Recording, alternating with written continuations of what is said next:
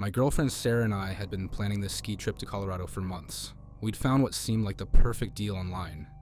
A luxury ski lodge right at the base of the mountain for half the normal price. The photos showed this beautiful timber frame building with floor-to-ceiling windows overlooking pristine slopes. When we arrived Friday evening, the place looked exactly like the pictures, maybe even better. The lobby had this massive stone fireplace with a fire already crackling, leather furniture that looked expensive, and these huge windows that would have amazing mountain views if it wasn't already dark outside. The woman at the front desk was probably in her 40s, professionally dressed, with this warm smile that immediately put us at ease. She introduced herself as Margaret and said she was the lodge manager. She handed us our key cards and explained that we were in the penthouse suite on the top floor. "You're going to love it up there," she said. "Best views in the entire lodge. And you'll have the whole floor to yourselves this weekend." That seemed a little odd since it was peak ski season, but Sarah and I weren't complaining about having privacy. Margaret walked us to the elevator and used her master key to access the top floor. The penthouse was incredible. Vaulted ceilings, a full kitchen, living room with another fireplace, and a master bedroom with a king-size bed facing those massive windows. The bathroom had a jetted tub that looked out over the slopes. Margaret showed us how to work everything. The fireplace, the sound system, the hot tub on the private balcony. She said room service was available until midnight, and that breakfast would be delivered at whatever time we requested. "Just call the front desk for anything you need," she said as she left. Anything at all. After she was gone, Sarah and I opened a bottle of wine and sat by the fireplace planning our ski day tomorrow. The weather forecast was perfect. Fresh powder overnight and sunny skies. We were both intermediate skiers, so we'd stick to the blue runs and maybe try a black diamond if we were feeling confident. Around 11 o'clock, we heard voices in the hallway outside our room. It sounded like a group of people talking and laughing, maybe coming back from the bar downstairs. But then, we remembered Margaret saying we had the whole floor to ourselves. I went to the doors and looked through the peephole. The hallway was empty and completely silent. Sarah said, "I must have heard people from the floor below. That sound travels weird in these old buildings." We went to bed around midnight. The room was perfectly quiet except for the wind outside, which was picking up as the storm moved in. I was just starting to fall asleep when I heard what sounded like a key card being used on our door. I sat up and listened. There was definitely someone trying to get into our room. The electronic lock kept beeping, like someone was using the wrong card over and over. "Sarah," I whispered, shaking her awake. "Someone's trying to get in." She sat up and we both listened. The beeping stopped, but now we could hear footsteps in the hallway, like someone was pacing back and forth outside our door. I grabbed my phone to call the front desk, but there was no signal, not even one bar. That was weird because I'd had full service when we checked in. The footsteps stopped. Everything was quiet for maybe 5 minutes. Then we heard the elevator ding and the sound of it opening and closing. "Probably just someone who got off on the wrong floor," Sarah said. "Let's try to get some sleep." But I couldn't shake the feeling that something was off. Why would someone keep trying a key card that obviously wasn't working? And why hadn't they knocked or said anything? I must have eventually fallen asleep because the next thing I knew, Sarah was shaking me awake. Sunlight was streaming through the windows, and she was already dressed in her ski gear. "Come on, sleepyhead. Fresh powder is calling." I checked my phone. 8:30 a.m. and still no signal. I mentioned it to Sarah, but she said cell service was always spotty in the mountains. We'd deal with it later. We went downstairs for breakfast, and the lobby was completely empty. No other guests, no staff, nobody at the front desk. There was a continental breakfast set up in the dining room, but it looked like it had been sitting there for hours. The coffee was cold and the pastries were stale. That's weird, Sarah said. Margaret said they'd have fresh breakfast ready. I rang the bell at the front desk several times, but nobody came. There was a phone behind the counter, so I reached over and tried calling the manager's office. It went straight to voicemail. Maybe they're short-staffed because of the storm, Sarah suggested. Let's just grab some granola bars from our room and hit the slopes. We went back upstairs to get our skis and noticed something that made my stomach drop. The elevator button panel showed 6 floors. But when Margaret had brought us up yesterday, we'd only gone to the 4th floor. I was sure of it because I'd watched the numbers. Didn't we go to the top floor yesterday? I asked Sarah. She looked confused. Yeah, the penthouse. This is the top floor. But according to the elevator, there were 2 more floors above us. I pressed the button for the 5th floor, but nothing happened. Same with the 6th floor. The buttons lit up, but the elevator didn't move. The upper floors must be closed for renovation or something, Sarah said. Come on, let's go ski. We took our gear down to the lobby and walked outside, to where the ski lifts should be. But there was nothing there. No lifts, no ski runs, just an empty field covered in snow. In the distance, we could see a real ski resort, but it had to be at least 5 miles away. What the hell? Sarah said. The website showed lifts right outside the lodge. I pulled out my phone to check the reservation confirmation, but of course, I still had no signal. We walked around the entire building looking for any sign of ski infrastructure. Nothing. That's when we noticed the parking lot. Yesterday when we'd arrived, it had been full of cars. Now there was only our rental car, sitting alone in the middle of this huge empty lot. Where is everyone? Sarah asked, and I could hear the worry creeping into her voice. We went back inside to find Margaret or anyone who could explain what was going on. The lobby was still empty, but now I noticed things I'd missed before. The magazines on the coffee table were all from 2019. The computer behind the front desk looked like it hadn't been turned on in months. There was a thin layer of dust on everything. I tried the phone behind the front desk again. This time, instead of a dial tone, I got a recorded message saying the number was no longer in service. Sarah, we need to leave. Right now. But when we went outside to our car, the engine wouldn't start. It would turn over, but wouldn't catch. I popped the hood and saw that someone had disconnected the battery cables. Who would do this? Sarah asked. And why? That's when we heard Margaret's voice behind us. Having car trouble? We turned around, and she was standing in the doorway of the lodge, still wearing that same professional smile.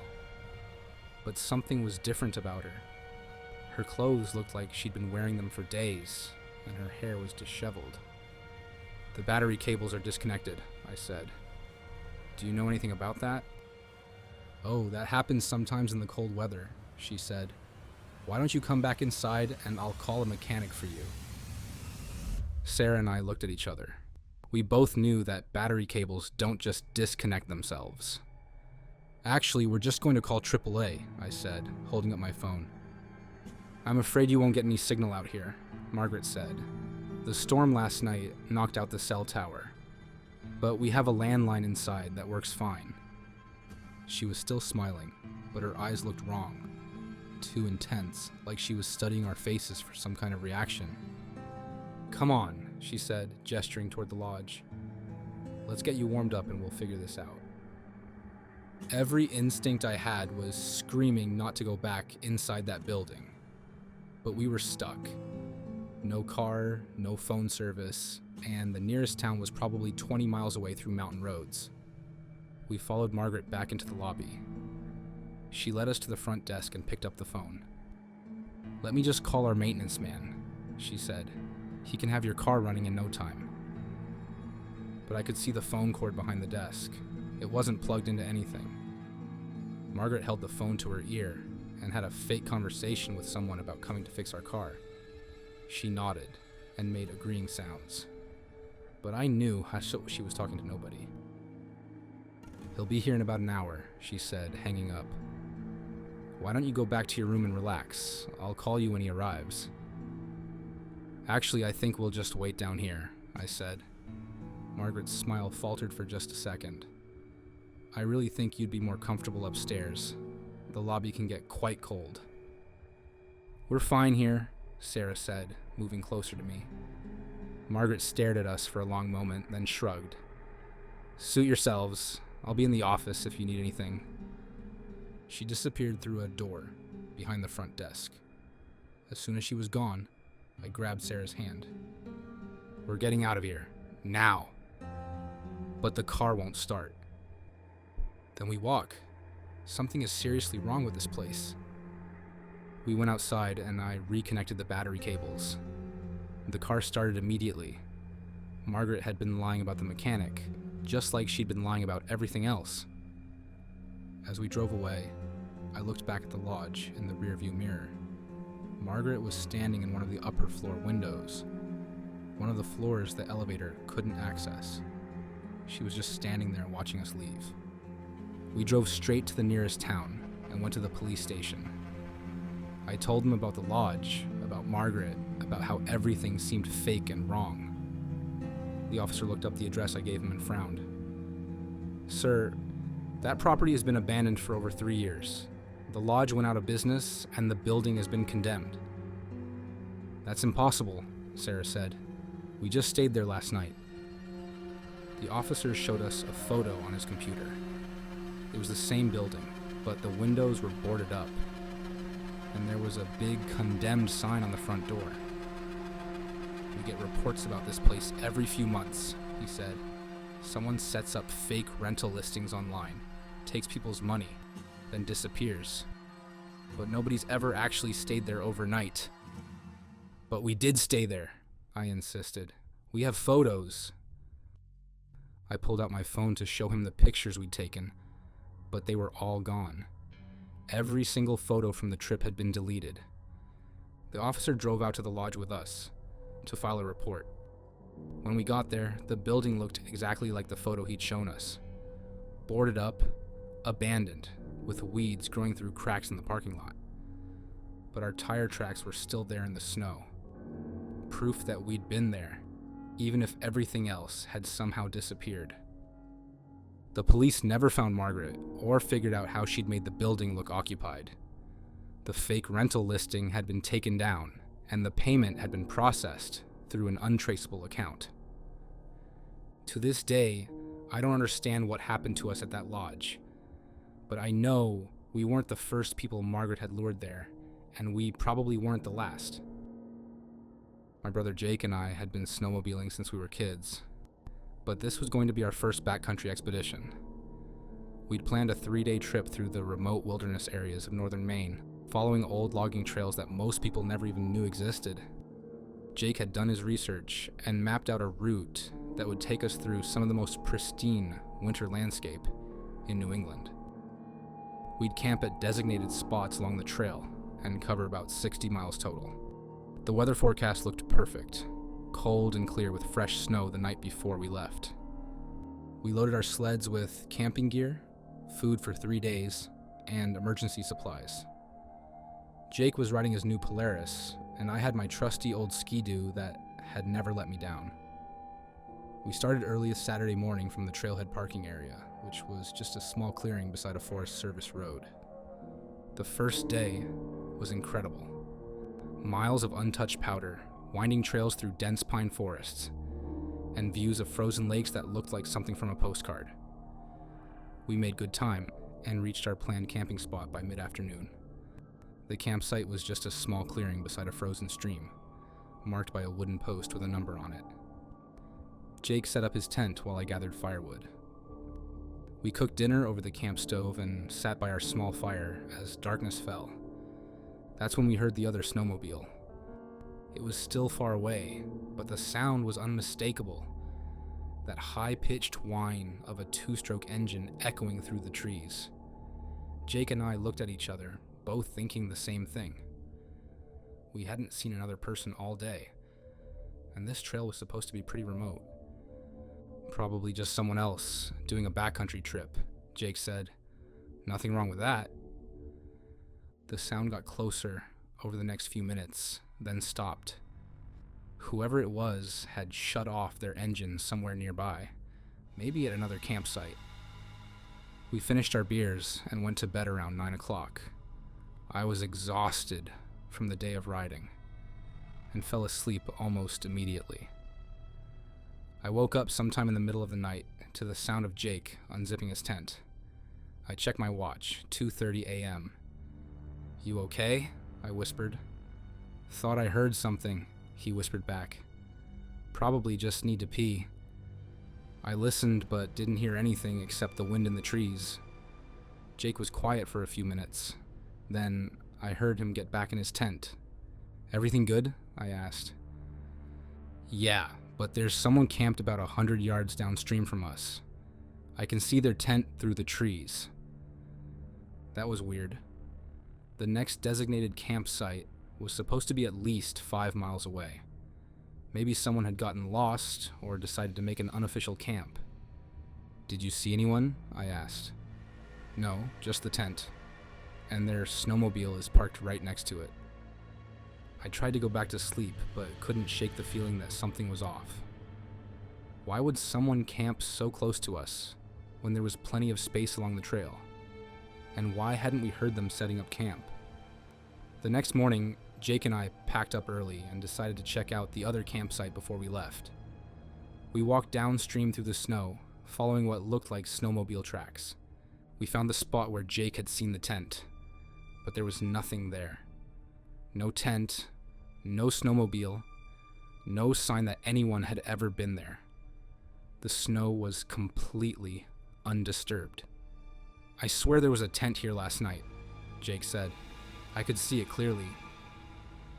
"Maybe they left really early," I suggested, but even as I said it, I knew that didn't make sense. There were no tracks leading away from the area. We got back on our sleds and continued along the trail.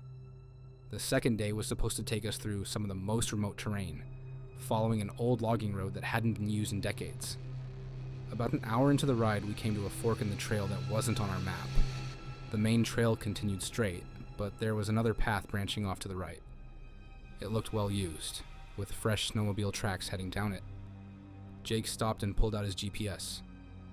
"This trail isn't supposed to be here," he said. "According to the map, we should just have one route through this area." The tracks on the side trail looked fresh, maybe from that morning. Someone had definitely been through here recently. "Should we follow it?" I asked. "Maybe it's a shortcut." Jake studied his GPS for a few more minutes. "It seems to head in the right general direction, and if someone else used it, it's probably safe." We turned onto the side trail and immediately noticed the terrain was different. The trees were thicker and older, and the trail was narrower than what we'd been riding. But the snow conditions were perfect, and whoever had been through before us had packed down a nice track to follow. After about 30 minutes, we came to another clearing. This one had a small cabin in the center, with smoke coming from the chimney. A snowmobile was parked outside, the same model as Jake's Polaris. "That's weird," Jake said. "There aren't supposed to be any structures out here."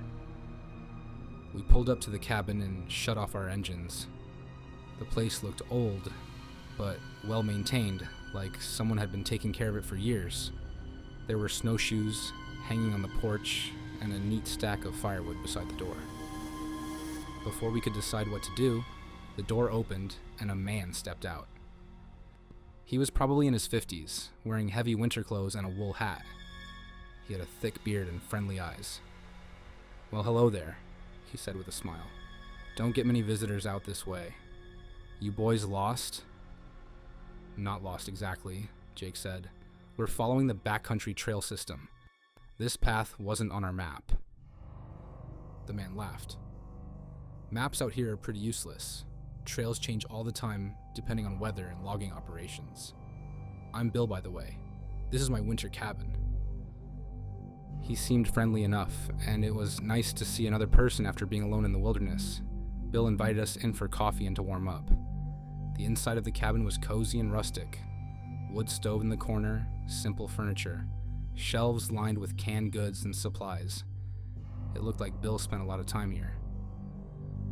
"You boys are welcome to stay for lunch," he said as he poured coffee. "Don't get much company out here, especially in winter."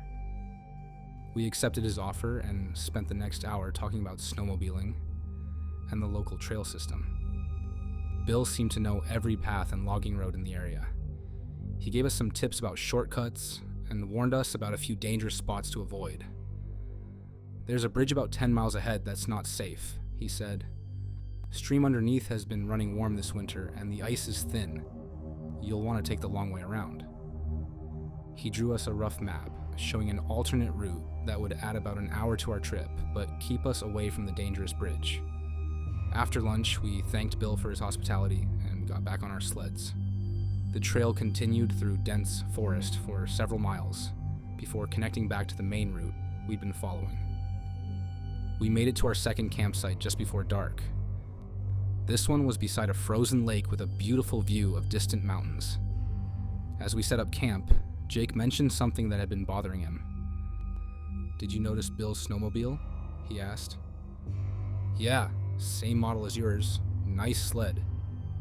It was the exact same model, same year, same color, even had the same aftermarket exhaust I put on mine. I thought about it and realized Jake was right. The two sleds had looked identical. "Probably just a coincidence," I said. "Popular model." But as we cooked dinner, I started thinking about other things that seemed off about our encounter with Bill. His cabin had looked old, but all his gear was brand new. His snowmobile didn't have a speck of dirt or wear on it, like it had just come off the showroom floor. And for someone who claimed to spend a lot of time in the wilderness, his hands had been soft and clean. That night, I had trouble sleeping. Every time I started to drift off, I'd hear the sound of a snowmobile in the distance. It would get closer, then fade away, like someone was circling our campsite. Around 3 a.m., I heard Jake get up again. "Someone's out there," he whispered. "I can see a headlight moving through the trees." I unzipped my tent and looked out. Sure enough, there was a light moving slowly along the far shore of the lake, maybe half a mile away. "Think it's Bill?" I asked. "Maybe, but why would he be riding around in the middle of the night?" We watched the light for about 10 minutes. It would disappear behind trees, then reappear closer to our position. Whoever it was seemed to be working their way around the lake toward us. "Should we go talk to them?" Jake asked. Something in my gut told me that was a bad idea. Let's just wait and see what they do. The light got to within a few hundred yards of our camp, then stopped. We could hear the engine idling, but couldn't see the rider. After a few minutes, the engine revved and the light moved away, disappearing back into the forest. The next morning was our last day. We packed up early and started the final leg back to the parking area where we left Jake's truck. According to our map, it should have been about a 4-hour ride. But after 2 hours, we came to the bridge Bill had warned us about. The one he said was dangerous and that we should avoid. The problem was, we were on the alternate route he'd drawn for us. We shouldn't have been anywhere near that bridge. Jake stopped and pulled out his GPS. "This doesn't make sense," he said. "According to this, we're miles off course." The bridge looked solid enough, a simple wooden structure spanning a narrow stream. But as we got closer, I could see what Bill had been talking about. The ice underneath was dark and thin, with open water visible in several spots. "His directions were wrong," Jake said. "He sent us right to the place he told us to avoid." We backtracked and found another route around the dangerous area, but it cost us almost 2 hours. By the time we made it back to the parking area, it was getting dark. Jake's truck was there, but so was another vehicle, a Forest Service pickup with an official logo on the side. A ranger was standing beside it, like he'd been waiting for us. "You boys Jake and Mike?" he asked as we loaded our sleds onto the trailer. "Yeah, that's us," Jake said. "Is there a problem?" "Got a call from your emergency contact yesterday. Said you were overdue for check-in. That was weird. We'd told our wives we'd be back Sunday evening, and it was only Sunday afternoon. We're not overdue, I said. We're actually a little early. The ranger looked confused. What day do you think it is? Sunday, Jake said. We left Friday morning for a 3-day trip. The ranger shook his head. Boys, today is Tuesday. You've been missing for 4 days. Jake and I looked at each other in shock. That was impossible. We'd only been out for 2 nights. There's something else, the ranger said. We had reports of someone using an old cabin about 20 miles from here. A cabin that's been abandoned for over 10 years. You wouldn't happen to know anything about that, would you? We met a guy named Bill, Jake said. He had a cabin and invited us in for coffee. The ranger's expression changed. Can you describe this, Bill? Jake described the man we'd met, and the ranger nodded grimly. That matches the description of Bill Hendricks. He used to be a guide in this area. Died in a snowmobile accident 8 years ago. Went through thin ice on a bridge that he'd been warned was unsafe. The ranger showed us a photo on his phone. It was definitely the same man we'd had lunch with. The cabin you described burned down the winter after he died. The ranger continued. Nothing left but the foundation. Jake and I drove home in silence, both trying to process what had happened. We'd lost 2 days somehow, and apparently had lunch with a dead man who'd tried to send us to the same bridge where he'd died. When we got home, our wives confirmed that we'd been missing for 4 days. They'd been calling search and rescue, and were about to organize a search party. I checked my phone and saw dozens of missed calls and text messages, all time-stamped over the past 4 days. But I had no memory of any time beyond the 3 days we'd planned to be gone. The next week, Jake and I drove back to the area where we'd met Bill. We found the trail that had led to his cabin, but it ended at a small clearing with just a concrete foundation and some charred timbers. There was no sign that anyone had been there recently. No snowmobile tracks, no footprints, nothing. But in the center of the foundation, someone had left a hand-drawn map. The same map Bill had drawn for us, showing the route around the dangerous bridge. Except this version had a note written at the bottom. Sorry for the confusion. Stay safe out there. I'd been volunteering with the ski patrol at Mount Cascade for 3 seasons when this happened. It was my favorite way to spend winter weekends, helping injured skiers, maintaining the mountain, and getting free lift tickets in exchange for my time. The mountain had been getting hit with storm after storm that February, and we were dealing with some of the best powder conditions in years, but the heavy snowfall also meant more accidents, more rescues, and longer days for the patrol team. This particular Saturday started like any other. I checked in at the patrol shack at 7 a.m., got my assignment for the day, and headed out to do my morning sweep of the intermediate trails. My job was to check for hazards, mark any dangerous spots, and radio in anything that needed attention before the mountain opened to the public. I was skiing down Blue Ridge Trail when I saw her. A woman in a bright red jacket sitting in the snow about halfway down the slope. She wasn't moving, and from a distance, it looked like she might be injured. I skied over and called out to her. "Are you okay? Do you need help?" She looked up at me and smiled. She was probably in her 30s, with blonde hair visible under her helmet. "Oh, I'm fine," she said. "Just taking a break to enjoy the view." That struck me as odd. Blue Ridge Trail didn't have much of a view. It was mostly tree-lined, with only occasional glimpses of the valley below. And it was barely 7:30 a.m.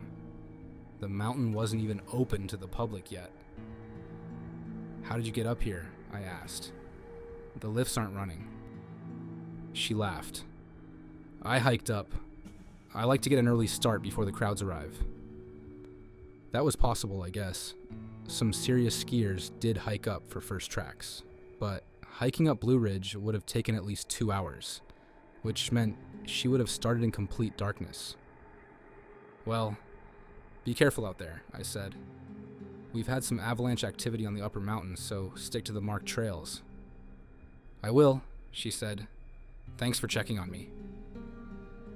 I continued my sweep and didn't think much more about it, but when I got back to the patrol shack, I mentioned the encounter to Tom, our patrol leader.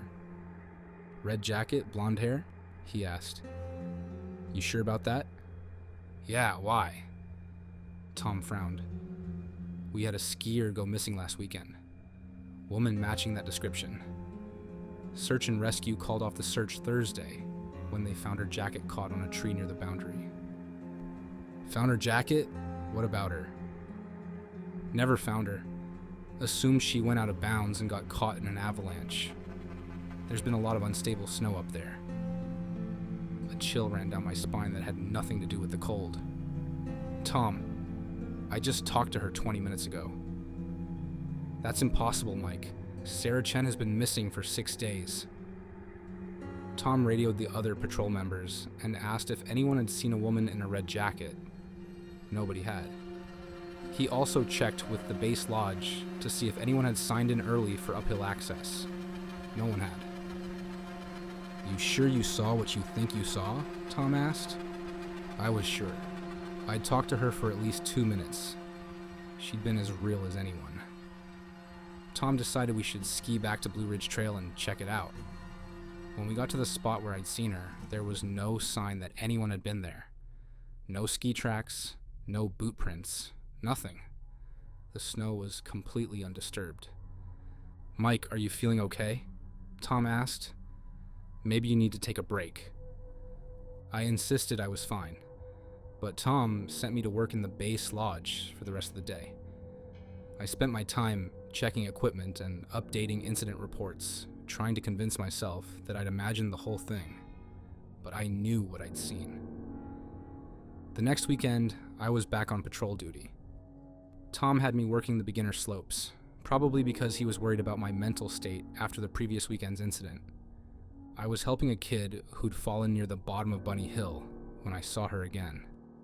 The same woman in the red jacket, skiing down the main trail toward the base lodge. She was moving fast, carving perfect turns through the fresh snow. I left the kid with his parents and skied after her, but by the time I reached the bottom, she was nowhere to be seen. I checked the lodge, the parking lot, even the restrooms. Nothing. I radioed Tom and told him what I'd seen. He met me at the base and we reviewed the security camera footage from the past hour. The cameras showed me helping the kid, then skiing down the mountain alone. There was no woman in a red jacket anywhere in the footage. Mike, I think you should talk to someone, Tom said. This kind of stress can play tricks on your mind. But I wasn't stressed. I was sleeping fine, eating normally, and felt completely healthy. I just kept seeing a woman who apparently didn't exist. The third time I saw her was 2 weeks later. I was doing an evening patrol sweep after the mountain had closed. Most of the other patrol members had gone home, and I was doing a final check of the upper trails before calling it a day. She was standing at the top of Expert's Choice, the most difficult trail on the mountain. It was getting dark, and the trail was closed due to ice conditions.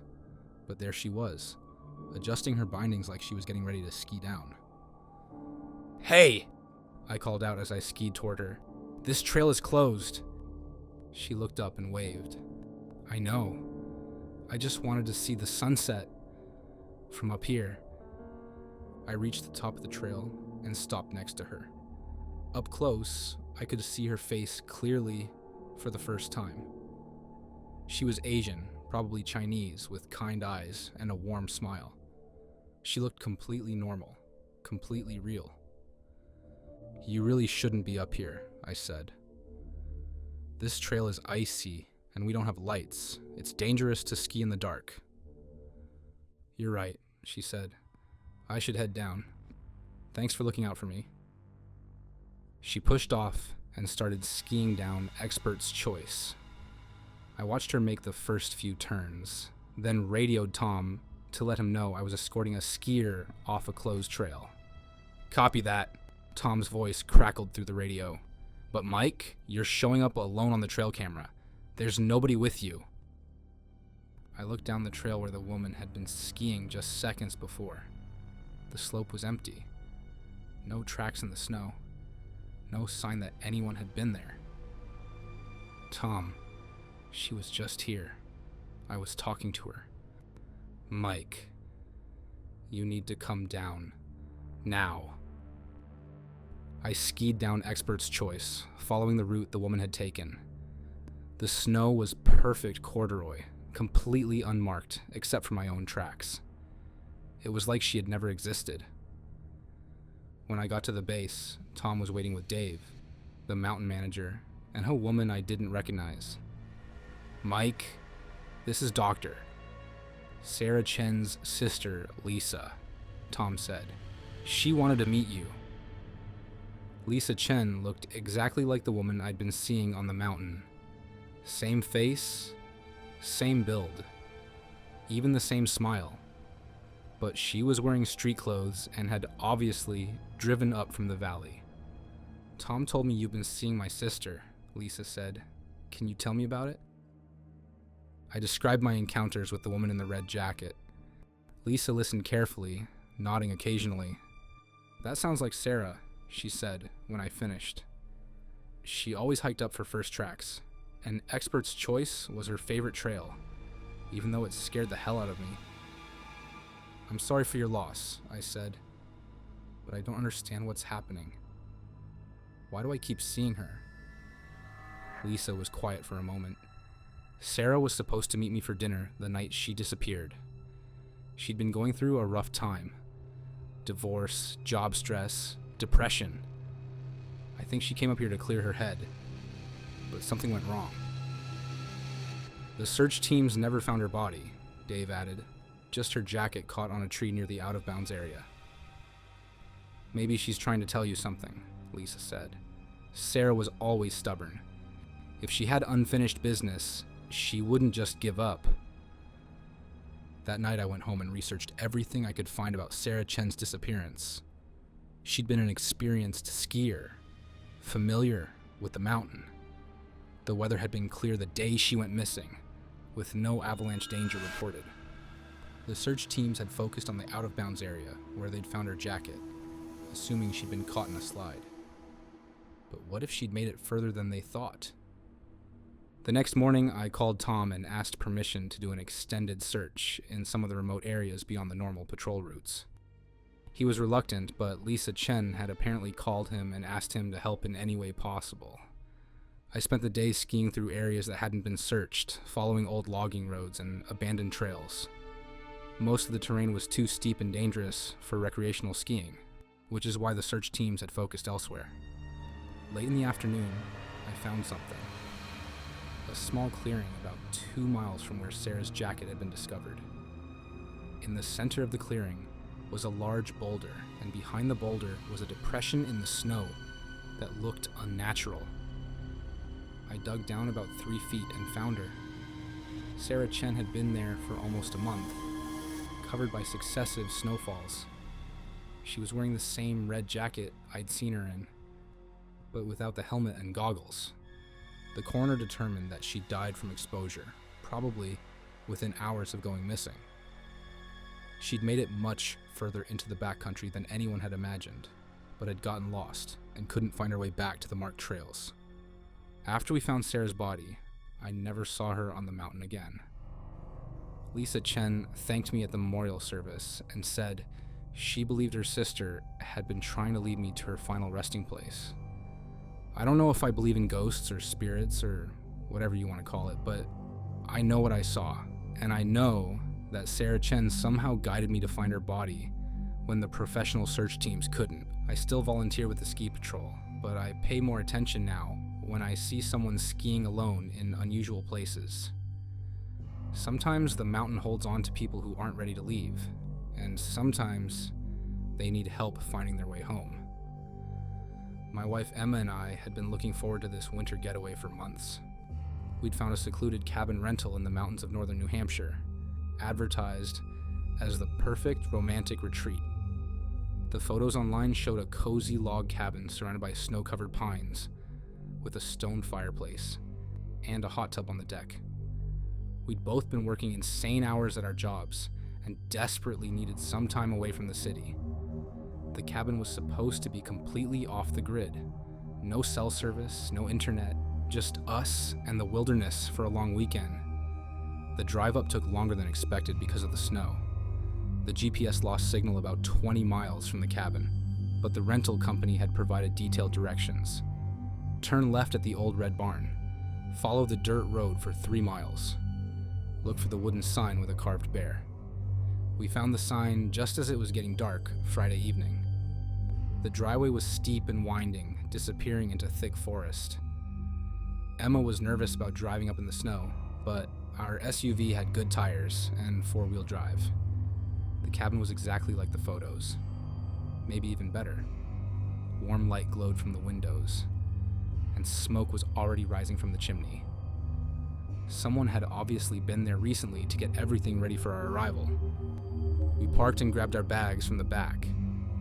The front door was unlocked, with a note taped to it that said, "Welcome. Key is under the mat. Make yourselves at home. Management." Inside, the cabin was perfect. The fire was crackling in the stone fireplace. The heat was on, and there was a bottle of wine on the kitchen counter with another welcome note. Everything felt warm and inviting. "This is amazing," Emma said, dropping her bag and walking over to the fireplace. "I can't believe we got this place for such a good price." We'd found the rental on a discount website for about half what similar cabins were charging. The owner had explained that it was a last-minute cancellation and they just wanted to fill the dates. We opened the wine and spent the evening planning our weekend. There were snowshoes in the closet, cross-country skis in the garage, and plenty of firewood stacked on the porch. We could hike during the day and relax by the fire at night. The first night was perfect. We fell asleep to the sound of wind in the trees and snow tapping against the windows. I slept better than I had in months. Saturday morning, we woke up to about 6 inches of fresh snow. Emma made coffee while I built up the fire, and we sat on the couch planning our day. The cabin had a detailed map of local hiking trails, and we picked out a moderate loop that would take us through some scenic areas. We strapped on the snowshoes and headed out around 10 o'clock. The trail started right behind the cabin and wound through dense forest before opening up to views of distant mountains. The snow was perfect. Deep enough for good snowshoeing, but not so deep that it was exhausting. About 2 miles into the hike, we came across something odd. There was another set of snowshoe tracks crossing our trail, but they looked old. Really old. The tracks were partially filled in with snow and had that compressed, icy look that comes from multiple freeze-thaw cycles. "Someone must have been out here earlier this week," Emma said. But as we continued hiking, we kept seeing the same tracks. They seemed to parallel our trail, sometimes crossing it, sometimes disappearing into the trees only to reappear further ahead. "That's weird," I said. "It's like someone's been following this exact same route multiple times." The tracks were always the same distance apart, the same depth, like they'd been made by the same person, wearing the same snowshoes. But some sections looked days old, while others looked more recent. We finished our loop and got back to the cabin around 3 o'clock. Emma started making hot chocolate while I brought in more firewood from the porch. That's when I noticed something that made me stop. There were snowshoe tracks leading right up to our front door. Fresh tracks that definitely hadn't been there when we left that morning. "Emma," I called, "come look at this!" She came outside and we examined the tracks together. They came from the direction of the trail we just hiked, approached the front door, then seemed to circle around the cabin before disappearing back into the woods. "Maybe it's the property manager," Emma suggested, checking to make sure everything's okay. That made sense. The rental company had said they might stop by to make sure we had everything we needed.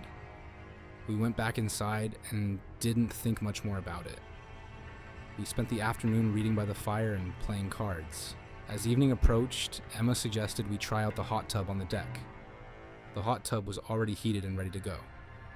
We changed into our bathing suits and stepped outside into the cold night air. The contrast between the frigid air and the hot water was incredible. We'd been in the tub for maybe 20 minutes when Emma grabbed my arm. "Did you hear that?" she whispered. I listened, but didn't hear anything except the bubbling of the hot tub and wind in the trees. What did it sound like? Footsteps in the snow, like someone walking around the cabin. We sat quietly and listened. After a few minutes, I heard it too, the distinctive crunch of footsteps in snow, moving slowly around the perimeter of the cabin. "Hello?" I called out. "Is someone there?" The footsteps stopped immediately. We waited for a response but heard nothing. "Probably just an animal," I said, but I didn't really believe it. The footsteps had been too regular, too deliberate. We got out of the hot tub and went back inside. I checked all the doors and windows to make sure they were locked, then closed all the curtains so no one could see inside. "You're making me nervous," Emma said. "It's probably just the property manager checking on things."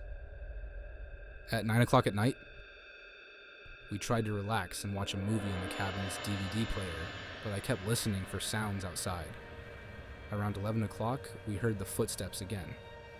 This time, they seemed to circle the entire cabin, pausing at each window. I grabbed a flashlight and went to the front door. "I'm going to see who it is." "Don't go out there," Emma said. "Just call the rental company." But we didn't have cell service, and the cabin didn't have a landline. We were completely cut off from the outside world. I opened the front door and shined the flashlight around the yard. The beam illuminated fresh snowshoe tracks everywhere, dozens of them, crisscrossing the area around the cabin like someone had been pacing back and forth for hours. "Hello!" I shouted into the darkness. "We know you're out there." No response, just the sound of wind and the distant hoot of an owl. I closed and locked the door, then pushed a chair in front of it for good measure. "We're leaving first thing in the morning," I told Emma.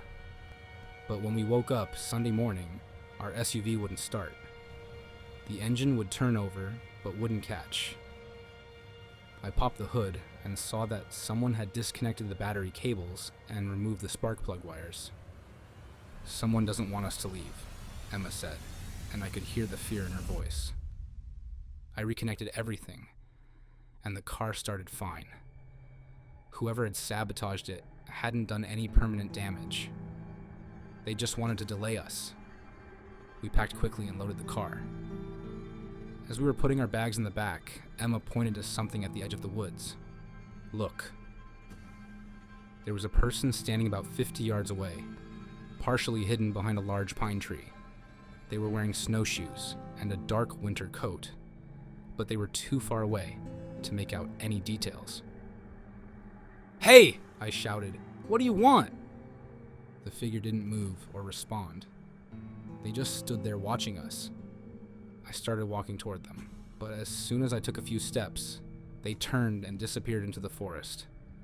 I followed their tracks to the tree line, but the trail quickly became too difficult to follow through the dense woods. We got in the car and drove away as fast as the snowy roads would allow. I kept checking the rearview mirror, expecting to see someone following us, but the road behind us remained empty. When we got home, I called the rental company to report what had happened. The woman on the phone seemed confused. "I'm sorry, sir, but we don't have any record of your reservation." "What name was it under?" I gave her all our information: confirmation number, dates, payment details. She put me on hold for several minutes, then came back. "Sir, the property you're describing doesn't exist in our system. We don't have any cabins in that area of New Hampshire." "That's impossible. We just spent 2 nights there. I have the confirmation email." "Can you forward that email to me? I'd like to see what you received." I pulled up the email on my phone, but it was gone. Not just deleted, it was like it had never existed. I checked my sent folder, my trash, even my spam folder. Nothing. I tried calling the phone number from the original listing, but it was disconnected. The website where we'd found the rental was no longer active. Emma and I drove back to the area the following weekend, trying to find the cabin again. We found the old red barn and followed the dirt road for 3 miles, but there was no wooden sign with a carved bear. The road just ended at a gate marked private property, no trespassing. We asked at a gas station in the nearest town if anyone knew about cabin rentals in that area. The clerk said there used to be an old hunting lodge back in those woods, but it had burned down over 10 years ago. Some folks say they still see lights back there sometimes, he added, but ain't nobody lived in those woods for a long time. Emma and I never figured out where we'd actually stayed that weekend. The photos we'd taken inside the cabin were all corrupted, showing nothing but static. The charge on our credit card had disappeared, like the transaction had never happened. But I still have the bottle of wine from the cabin's kitchen counter. Emma had grabbed it as we were packing to leave, thinking it would be a nice souvenir of our trip. The label shows it was bottled in 1987, 35 years ago. And when I researched the winery, I discovered it had gone out of business in 1992. Sometimes I wonder if we actually spent that weekend in an old hunting lodge that burned down years ago, hosted by someone who died long before we were born. But the wine is real, and so are the memories of those footsteps circling the cabin in the snow. I just don't know what to make of any of it. I was working as a paramedic in rural Vermont when the worst ice storm in decades hit our region. It was early February, and what started as a light freezing rain quickly turned into a catastrophic weather event that knocked out power to most of the county and made the roads nearly impassable. My partner Derek and I had been pulling double shifts for 3 days straight, responding to calls from people trapped in their homes, carbon monoxide poisonings from improper generator use, and injuries from people falling on the ice. The emergency services were stretched beyond capacity. On Thursday night, we got a call that would stick with me forever. A woman named Patricia had called 911 saying her elderly neighbor hadn't answered his door in 2 days, and she was worried about him. The address was way out in the sticks, about 20 miles from town, on a road that probably hadn't been plowed since the storm started. Unit 47, respond to 1847 Maple Ridge Road for a welfare check, dispatch crackled through our radio. Caller reports 78-year-old male, possible medical emergency. Derek was driving our ambulance, which had chains on all 4 tires and could handle just about any road conditions. But even with chains, the drive took us almost an hour. Tree branches heavy with ice had fallen across the road in multiple places, and we had to stop several times to move debris. Maple Ridge Road was more like a narrow trail winding through dense forest. The ice-covered trees formed a tunnel overhead, and our headlights reflected off the frozen branches, like we were driving through a crystal cave. It was beautiful, but also ominous. We found 1847 at the end of a long driveway. It was a small farmhouse, with no lights on and no smoke coming from the chimney. A pickup truck was parked outside, completely encased in ice. Derek and I grabbed our medical bags and carefully made our way to the front door. The porch was like a skating rink, and we had to hold onto the railing to keep from falling. I knocked loudly on the door. "Mr. Henderson? This is the paramedics. We're here to check on you." No response. I tried the door handle and found it unlocked. "Mr. Henderson, we're coming in." The house was freezing inside, probably not much warmer than outside. Our breath was visible in the beam of our flashlights. The power was obviously out, and it looked like the heat had been off for days. We found him in the living room, sitting in a recliner facing a cold fireplace. At first glance, he looked like he was just sleeping. But when I checked for a pulse, his skin was ice cold and rigid. "He's been dead for a while," I told Derek. "Probably hypothermia." It was a sad but not uncommon situation during severe weather events. Elderly people sometimes couldn't maintain adequate heat in their homes, especially when the power went out. Derek was filling out the paperwork when I noticed something odd. There were 2 coffee cups on the table next to Mr. Henderson's chair. Both were empty, but one still had lipstick marks on the rim. "Derek, look at this. Someone was here with him." We searched the house, but found no sign of anyone else. The second bedroom was clearly unused, and there were no women's clothes or personal items anywhere. "Maybe a neighbor stopped by to check on him before he died," Derek suggested. That made sense. Rural communities looked out for each other, especially during emergencies. We called the coroner and waited for them to arrive. While we waited, I walked around the property with my flashlight, looking for any clues about who might have visited Mr. Henderson. That's when I found the footprints. There were 2 sets of tracks in the ice-crusted snow leading from the house to the road. One set was clearly from heavy boots, probably Mr. Henderson's. But the other set was smaller, like women's shoes, and they were much more recent. The strange thing was, the women's tracks didn't lead to where a car would have been parked. They just went to the road and then seemed to disappear. The coroner arrived about an hour later. Doctor Sarah Mills, who I'd worked with many times before. She examined Mr. Henderson and confirmed what we already knew. "Hypothermia," she said. "Probably died sometime Monday night when the power first went out." Dr. Mills, there were 2 coffee cups in there. Someone was with him recently. She looked at the cups and frowned. "These cups are bone dry. If someone had coffee with him recently, there would still be residue or stains. These look like they've been sitting here for days." But I was sure I'd seen lipstick on one of the cups. When I went back to look, both cups were completely clean. We helped load Mr. Henderson's body into the coroner's van and followed Dr. Mills back to town. The roads were still treacherous, and it took us another hour to make the return trip. The next morning, I was at the station filling out reports when Patricia, the neighbor who'd called in the welfare check, stopped by to ask about Mr. Henderson. "I'm sorry," I told her. "We found him deceased. Looks like he died early in the storm." Patricia started crying. I should have checked on him sooner, but the roads were so bad, and I didn't have power either. "When was the last time you saw him?" I asked. "Sunday, before the storm hit. He came over to borrow some candles in case the power went out." "Did he live alone?"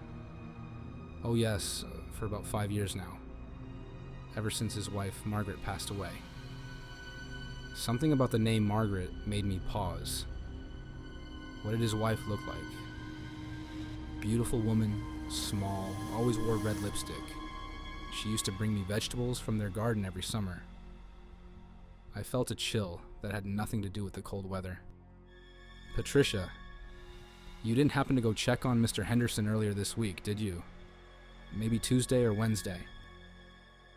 "No, like I said, the roads were impossible. I couldn't even get my car out of the driveway until yesterday." That night, I couldn't stop thinking about those coffee cups and the footprints in the snow. I decided to drive back out to Mr. Henderson's house, even though I wasn't on duty. The house was dark and empty, sealed off with police tape. But I walked around the property again with my flashlight, looking for those footprints I'd seen the night before. They were still there, but now I could see them more clearly. The women's tracks led from the front door to the road, but they didn't stop there. They continued across the road and into the woods on the other side. I followed them for about a quarter mile through the trees until I came to a small cemetery. It was old, probably dating back to the 1800s, with weathered headstones and a rusty iron fence. The footprints led directly to one particular grave. I brushed the snow off the headstone and read the inscription. Margaret Henderson, beloved wife and mother, 1943 മുതൽ 2018. Until we meet again. I stood there in the frozen cemetery, trying to process what I was seeing.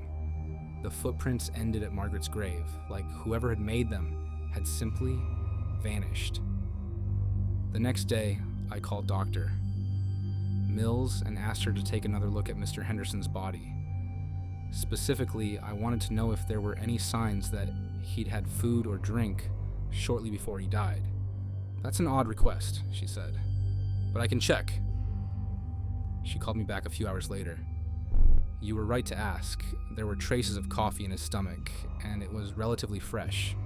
He definitely had coffee within a few hours of his death. But his house was freezing. The power had been out for days. How could he have made hot coffee? I don't know, but he definitely drank some. I never told anyone else about the footprints leading to Margaret's grave. Who would believe it? But I think I know what happened during those final hours of Mr. Henderson's life. I think his wife came back to be with him one last time. Maybe she knew he was dying and didn't want him to be alone. Maybe she made him one final cup of coffee and sat with him as the cold took him. The official cause of death was hypothermia due to power failure during the ice storm. But I believe Harold Henderson died peacefully, holding hands with the woman he'd loved for over 50 years.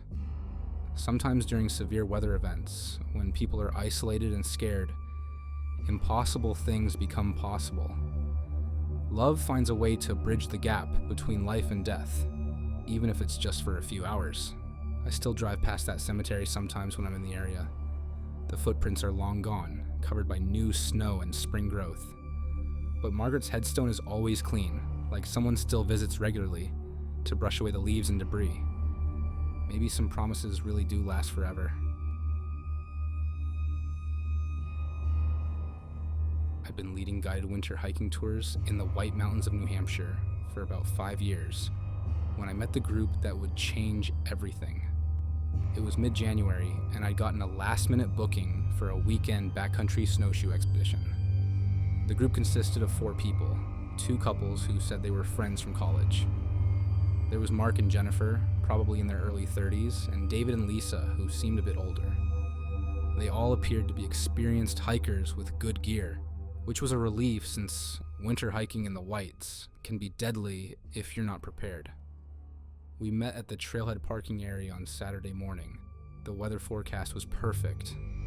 Clear skies, temperatures in the teens, and fresh snow from earlier in the week. We were planning to hike about 8 miles to a remote shelter where we'd spend the night, then return Sunday afternoon. This is going to be amazing, Jennifer said as we strapped on our snowshoes. We've been planning this trip for months. The trail started easy, following an old logging road through dense forest. But after about 2 miles, we turned onto a more challenging path that climbed steadily toward the ridgeline. The snow was deep and powdery, perfect for snowshoeing, but requiring some effort to break trail. I was leading the group, setting the pace, and checking periodically to make sure everyone was keeping up. Mark and Jennifer seemed strong and were staying close behind me. But David and Lisa were falling back, and I had to stop several times to let them catch up. "You guys doing okay?" I asked during one of our rest breaks. "We're fine," David said, but he was breathing hard and looked tired. "Just not used to this altitude." That was odd since we were only at about 2,500 feet elevation, but some people are more sensitive to exertion than others, so I slowed the pace and made sure to take more frequent breaks. About 4 miles in, we reached a scenic overlook with views of the surrounding peaks. It was a perfect spot for lunch, so we stopped and broke out our food and thermoses of hot coffee. "This is incredible," Lisa said, looking out over the snow-covered mountains. "It's like we're the only people in the world." She was right. We hadn't seen another soul all day, which wasn't unusual for this remote area in winter. Most hikers stuck to the more popular trails closer to the main roads. After lunch, we continued toward the shelter. The trail became more challenging, with some steep sections that required careful navigation. I was focused on route finding when I realized I hadn't heard from David and Lisa in a while. I stopped and looked back. Mark and Jennifer were about 50 yards behind me, but David and Lisa were nowhere to be seen. "Where are David and Lisa?" I asked. Mark and Jennifer looked around, confused. "They were right behind us a few minutes ago," Jennifer said. We backtracked about a quarter mile, calling their names and looking for signs of where they might have gone. The snow showed our tracks clearly, but there was no indication that David and Lisa had ever been there. "This doesn't make sense," I said. 4 people came up this trail, but I only see tracks from 3. Mark and Jennifer looked at each other with expressions I couldn't read. "Maybe they took a different route," Mark suggested. "There is no different route. This is the only trail to the shelter." We spent another hour searching and calling for David and Lisa, but found no trace of them. I was starting to get seriously worried. People don't just vanish in the wilderness, especially not experienced hikers. "We need to get to the shelter and radio for help," I told Mark and Jennifer. "The rangers need to know we have missing hikers." The shelter was an old stone building built by the Civilian Conservation Corps in the 1930s. It was basic but solid, with a fireplace and sleeping platforms for about 8 people. I had a satellite communicator that would let me contact the ranger station in emergencies. I tried to reach the rangers but couldn't get a signal. The mountains sometimes blocked satellite communications, so I'd have to try again later or hike to higher ground. Mark and Jennifer seemed strangely calm about their missing friends. They set up their sleeping bags and started preparing dinner, like nothing had happened. "Aren't you worried about David and Lisa?" I asked. "They're experienced hikers," Mark said. "They probably found another route to the shelter. They'll show up." But as evening fell and the temperature dropped, there was still no sign of them. I kept trying the satellite communicator, but couldn't establish contact with anyone. That night, I barely slept. I kept listening for voices or footsteps that might indicate David and Lisa had found their way to the shelter. But the only sounds were wind in the trees and the occasional crack of settling timber. Around 3 a.m., I heard something that made me sit up in my sleeping bag. It sounded like voices outside the shelter, muffled by the wind but definitely human. I grabbed my headlamp and went to the door. "David! Lisa!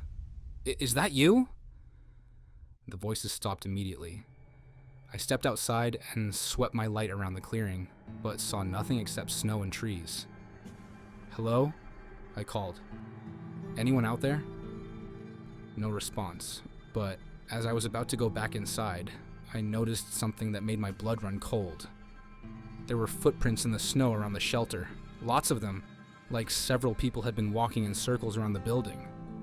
The prints were fresh, made within the last few hours, but they didn't lead to or from the shelter. They just circled the building, and then seemed to disappear. I woke Mark and Jennifer and showed them the tracks. "That's weird," Jennifer said, but she didn't seem particularly concerned. "Weird? People have been walking around our shelter all night, and you think it's just weird?" Mark shrugged.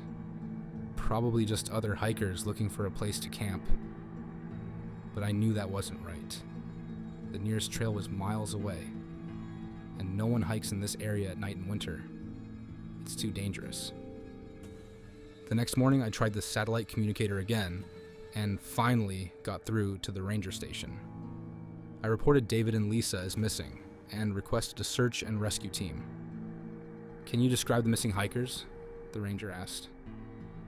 I gave him their names and descriptions, but when I mentioned that they were part of a group of 4, he interrupted me. "Sir, according to our records, you only registered 3 people for this trip. You, Mark Stevens, and Jennifer Walsh. That's impossible. There were definitely 4 people in the group. I'm looking at your permit right now. 3 people, 2-day backcountry trip. No mention of David and Lisa." I was confused and frustrated. I clearly remembered meeting 4 people at the trailhead. But when I asked Mark and Jennifer about it, they looked at me like I was crazy. "It's always been just the 3 of us," Mark said. "Are you feeling okay? Maybe the altitude is getting to you." "What altitude?" "We're barely above 3,000 feet. But as I thought about it, I started to doubt my own memory. Had there really been 4 people? Or had I imagined David and Lisa? We packed up and started the hike back to the trailhead. I kept looking for signs of the missing couple. Footprints, dropped gear, anything that would prove they'd been with us. But I found nothing. When we reached the parking area, there were only 3 cars. Mine and 2 others that belonged to Mark and Jennifer.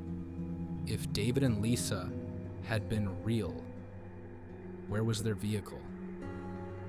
I drove home that afternoon feeling confused and unsettled. That evening, I went through all my paperwork from the trip. The permit clearly showed 3 people, just like the ranger had said. My notes from the initial booking also showed a party of 3. But I had vivid memories of meeting David and Lisa, of hiking with them, of watching them struggle with the pace. How could I have imagined something so detailed and consistent? A few days later, I was at the local outdoor gear shop when I overheard a conversation that made me freeze. Did you hear about those hikers who went missing last winter? One customer was saying to another, David and Lisa Morrison. They were snowshoeing in the Whites and never came back. I approached the men and asked about the missing hikers. Tragic story, one of them said. They were experienced, had good gear, but they got caught in a blizzard. Search teams found their bodies in March when the snow melted. They'd been missing for almost 2 months. When exactly did this happen? I asked.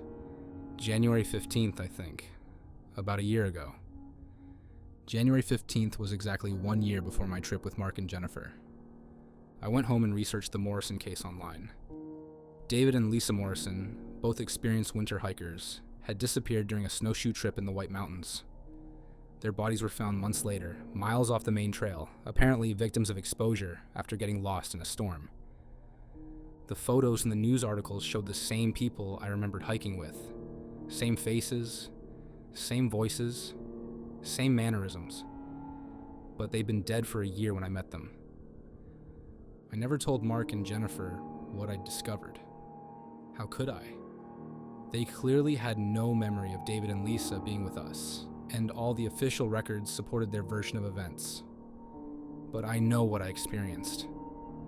For one weekend, David and Lisa Morrison joined our hiking group, exactly 1 year after they died in those same mountains. Maybe they were trying to complete the hike they'd never finished.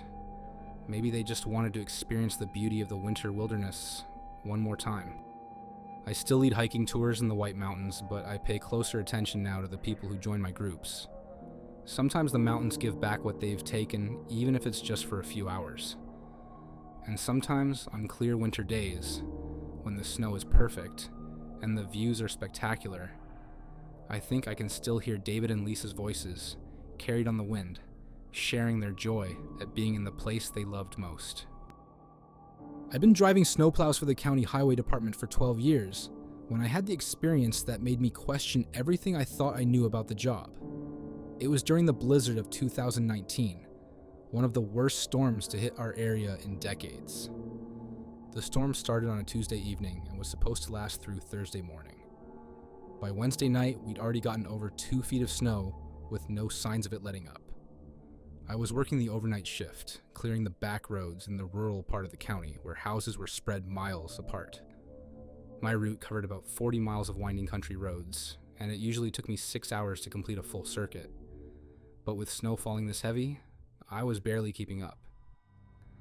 As soon as I'd plow a section, it would be covered again by the time I made it back around. Around 2 a.m., I was working my way down Birch Hill Road when I saw something that made me slow down. There was a car in the ditch about a quarter mile ahead, its hazard lights blinking through the falling snow. I pulled up behind the vehicle and activated my emergency flashers. It was a small sedan, definitely not equipped for these road conditions. The car was tilted at an angle with its front end buried in the snowbank. I grabbed my flashlight and walked over to check on the driver. The engine was still running, and the windows were fogged up from the inside. I tapped on the driver's side window. A woman rolled down the window about halfway. She looked to be in her 60s with gray hair and worried eyes. "Are you hurt?" I asked. "No, I'm okay," she said. "I was trying to get to the hospital. My husband is having chest pains, but I couldn't make it up the hill."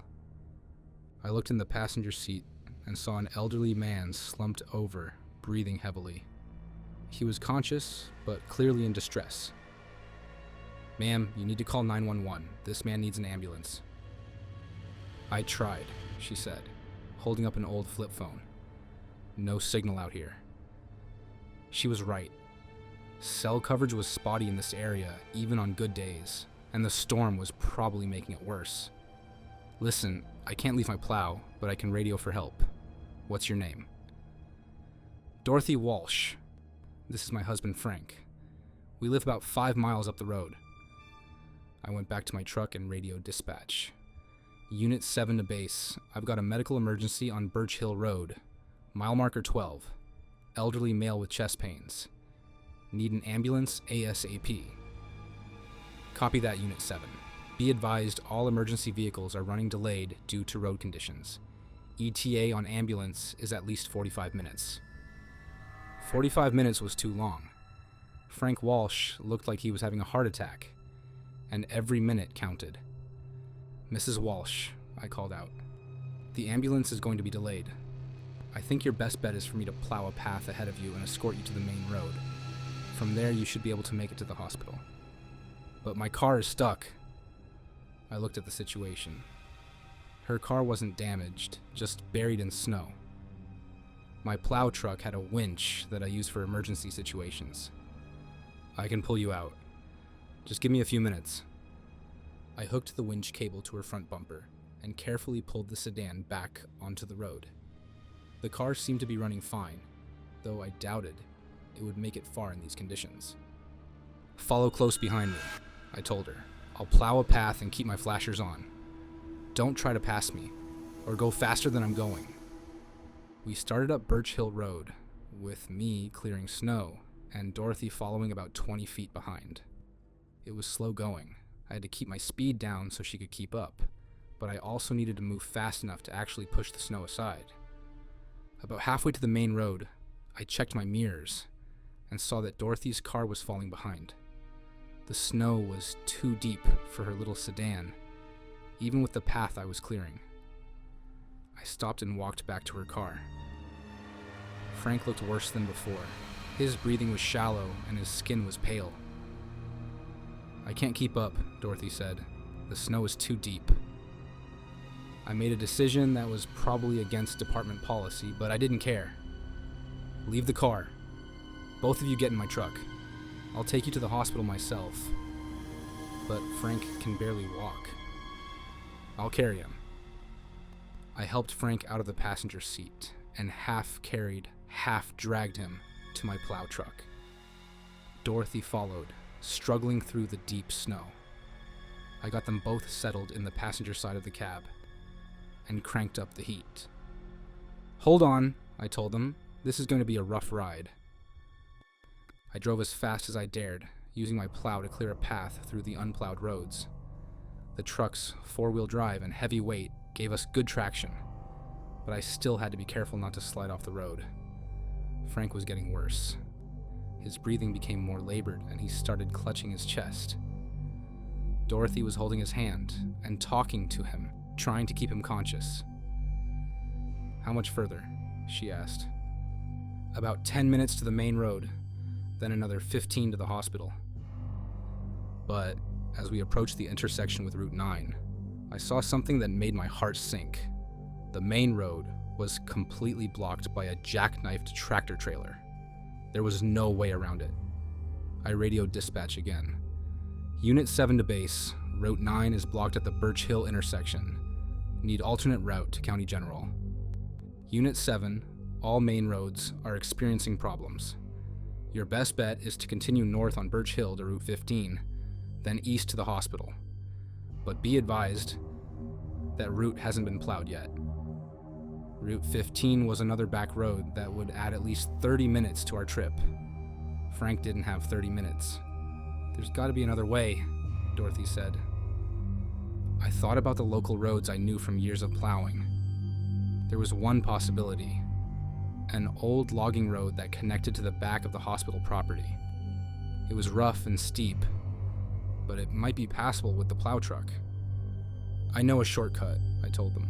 It's going to be bumpy, but it'll get us there faster. I turned onto what looked like just a gap in the trees. The logging road was barely wide enough for my truck, and I had to push through branches and small trees that had fallen across the path. The road climbs deeply through dense forest, winding back and forth up the hillside. My truck's engine strained against the grade in the deep snow, but we kept moving. "Where are we?" Dorothy asked, looking out at the dark forest. "Old logging road. It comes out behind the hospital." But as we climbed higher, I started to have doubts. I hadn't been on this road in years, and I wasn't sure it actually connected to the hospital property anymore. For all I knew, it might just dead end in the woods. Frank was barely conscious now. His breathing was so shallow, I could hardly see his chest moving. "Frank, stay with me," Dorothy whispered. "We're almost there." After what felt like hours, but was probably only 20 minutes, I saw lights ahead through the trees. We crested a hill and there it was. County General Hospital. Its emergency room entrance brightly lit against the storm. I drove straight across the hospital's back parking lot and pulled up to the emergency room doors. Medical staff came running out with a gurney as soon as they saw us. "Chest pains, possible heart attack," I told the paramedics as they loaded Frank onto the stretcher. "He's been symptomatic for over an hour." Dorothy followed them into the hospital but turned back to thank me. "I don't know how to repay you," she said. "You saved his life." "Just doing my job, ma'am. I hope he's going to be okay." I watched them disappear into the emergency room, then got back in my truck to return to my route. But as I was backing away from the hospital, one of the paramedics flagged me down. "Hey, how did you get here?" he asked. "All the roads to the hospital are blocked." "Came up the old logging road from Birch Hill." The paramedic looked confused. "What logging road?" "There's no road back there, just forest. Has been for 20 years since they built the new wing." I pointed toward the way I'd come, but in the glow of the hospital's lights, I could see he was right. There was no road, just an unbroken line of trees and a steep hillside. "That's impossible," I said. "I just drove up that way." But when I looked for tire tracks in the snow to prove where I'd been, there were none. The snow behind my truck was completely undisturbed, like I'd materialized in the parking lot. The paramedic shrugged and went back inside. I sat in my truck for a few minutes, trying to make sense of what had happened. I clearly remembered driving up that logging road, fighting through the snow and branches, climbing the steep grade, but there was no physical evidence that any of it had occurred. I drove back to Birch Hill Road by the main routes, which took over an hour because of all the blocked roads and accidents. When I got back to where I'd left Dorothy's car, it was gone. Not towed or moved. Just gone, like it had never been there. I radioed dispatch to ask about the medical emergency I'd reported earlier. "Unit 7, we have no record of any medical calls on your route tonight. Are you feeling okay? Maybe you should come in and get some rest." But I knew what had happened. I'd helped Frank and Dorothy Walsh get to the hospital, even if no one else remembered it. The next day, I checked the hospital's records. Frank Walsh had been admitted Wednesday night with a massive heart attack. He'd survived, thanks to getting treatment quickly.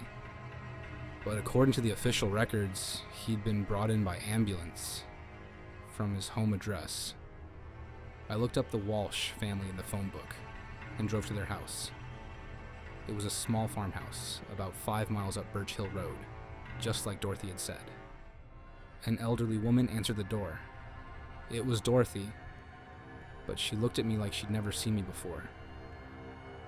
"Can I help you?" she asked.